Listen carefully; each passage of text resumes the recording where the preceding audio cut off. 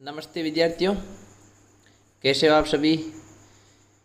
अच्छी तैयारी कर रहे होंगे और बहुत कम टाइम बचा है। आप लगातार पढ़ते रहिए, ज़रूर आपका पेपर बहुत अच्छा होगा। चैनल पर नए हैं तो ज़रूर चैनल से जुड़ें, कमेंट करें, लाइक करें और अधिक से अधिक विद्यार्थी तक शेयर करें। कक्षा 10 के विद्यार्थियों के लिए हिंदी अनिवार्य में आज का जो अपना वीडियो है वो अध्याय 6 पर आधारित है, गिरिजा कुमार माथुर।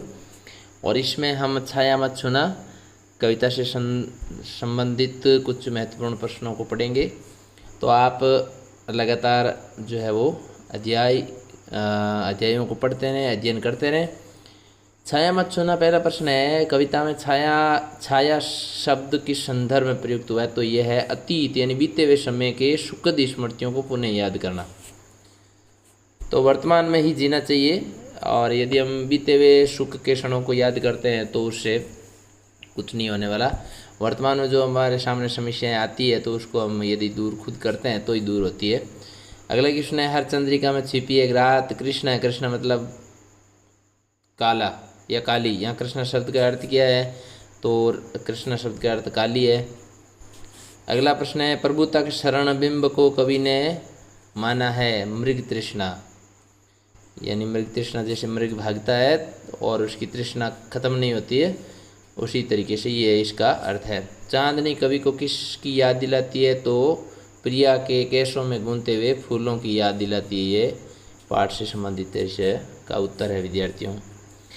अगला क्वेश्चन है विद्यार्थियों, जो है यथार्थ यानी जो सत्य है कठिन उसका तू कर पूजन पंक्ति का आशय क्या है?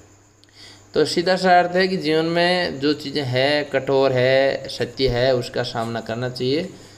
और उसका सामना करने के लिए ही कवि ने यहाँ पर प्रेरित किया है।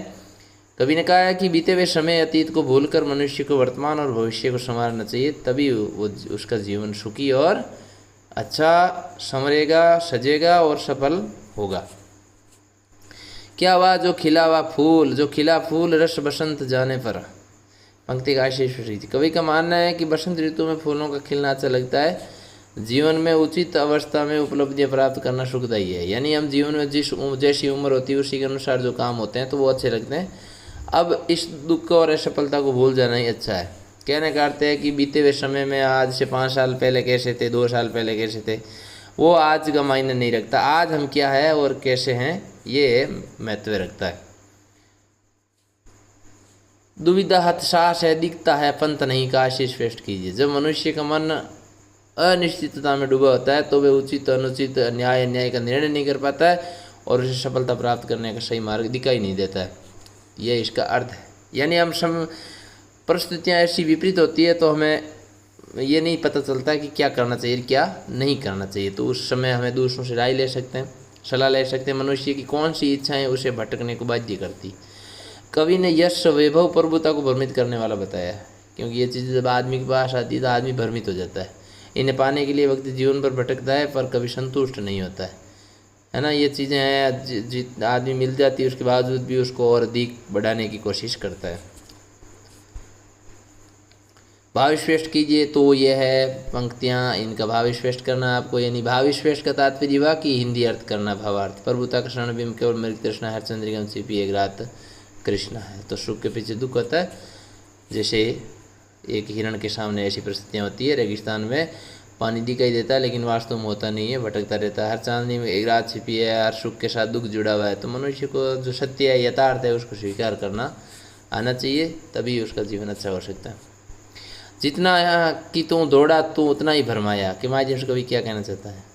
कवि के अनुसार यश धन लोभ मान सम्मान ये सभी मनुष्य को भ्रमित करने वाले। कवि का मानना है कि सुख इन चीज़ों में नहीं है। मनुष्य इन्हें प्राप्त करने का जितना प्रयास करता है उतना ही भरमाया या भ्रम में रहता है। मनुष्य को जीवन के कठोर यथार्थ को समझकर उसे स्वीकार करना चाहिए, तभी जीवन वो सही ढंग से बिता सकता है या बिताना चाहिए। ये चीज़ें हैं। छाया मत छूना कवि ने किस काव्य शैली को अपनाया? तो प्रतीकात्मक शैली है, प्रतीकों के रूप में समझाया है। विगत इन बीते हुए समय की यादों के लिए भावी जीवन के सपनों का प्रतीक है। इस प्रकार दामिनी मिलन के क्षणों की, चंद्रिका सुख के दिनों की, कृष्णा दुखों की, चांद का खिलना, आनंद का अनुभव, ये प्रतीक है जो है इस पाठ में, और इसीलिए प्रतीकात्मक शैली काम में ली गई है।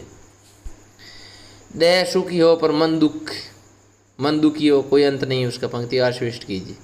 इसका तात्पर्य यह है कि आदमी के शरीर तो स्वस्थ है लेकिन मन स्वस्थ नहीं है, या मन काबू में नहीं है, मन पर नियंत्रण नहीं है, तो आदमी कभी भी सुखी नहीं हो सकता। वो हमेशा बेचैन, व्याकुल और अस्थिर रहेगा, कष्टप्रद स्थिति में रहेगा, दुखों में रहेगा। इसलिए देह सुखी है तो मन को भी नियंत्रण में रखना चाहिए। ऐसी स्थिति में मनुष्य दुविधा में पड़ जाता है, फिर निर्णय नहीं हो पाता। इसलिए मन को नियंत्रण में, काबू में रखना जरूरी है विद्यार्थियों। क्या संदेश दिया है? छाया मत सुना कविता में संदेश दिया है कि मनुष्य को अतीत यानी बीते हुए समय की अच्छी स्मृतियाँ या यादों को भूल करके वर्तमान में रहना चाहिए। उन यादों में खो करके वर्तमान को बर्बाद नहीं करना चाहिए, जीवन को दुखी नहीं बनाना चाहिए।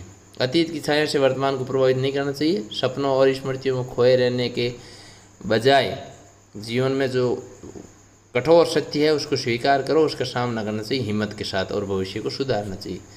कहने का अर्थ है कि इस कविता में एक आशा का संदेश दिया गया है कि अतीत को भूल करके आगामी भविष्य के जीवन को सुखी और सफल बनाने पर जोर देना चाहिए, ध्यान देना चाहिए। ये इसका संदेश है। गिरजा कुमार महतो का कर्तृत्व व्यक्तित्व है। 1918 में गुना मध्य प्रदेश में जन्म हुआ। झांसी की प्रारंभिक शिक्षा प्राप्त की, एमए में अंग्रेजी में एमए किया, एलएलबी की, और 1994 में इनका निधन हो गया। आकाशवाणी में, दूरदर्शन में भी काम किया। तो ये वीडियो था और इसमें 6 प्रसंग व्याख्या भी है। तो आप प्रसंग और व्याख्या अलग अलग लिखें, विशेष जरूर लिखें। जैसे ये खड़ी बोली हिंदी भाषा कविता, अनुप्रास वगैरह अलंकारों को काम में लिया गया। तो मिलते हैं अगले वीडियो के साथ। वीडियो बिना स्किप की पूरा देखें, और विद्यार्थी छोटे छोटे प्रश्नों के माध्यम से अच्छी तरह से तैयारी करें। संपूर्ण अध्याय अच्छी तरह से पढ़ें, उसका सारांश आपके दिमाग में होना चाहिए, मन मस्तिष्क में, तभी वो अध्याय पूरी तरह समझ में आएगा। जय हिंद, जय भारत, थैंक यू।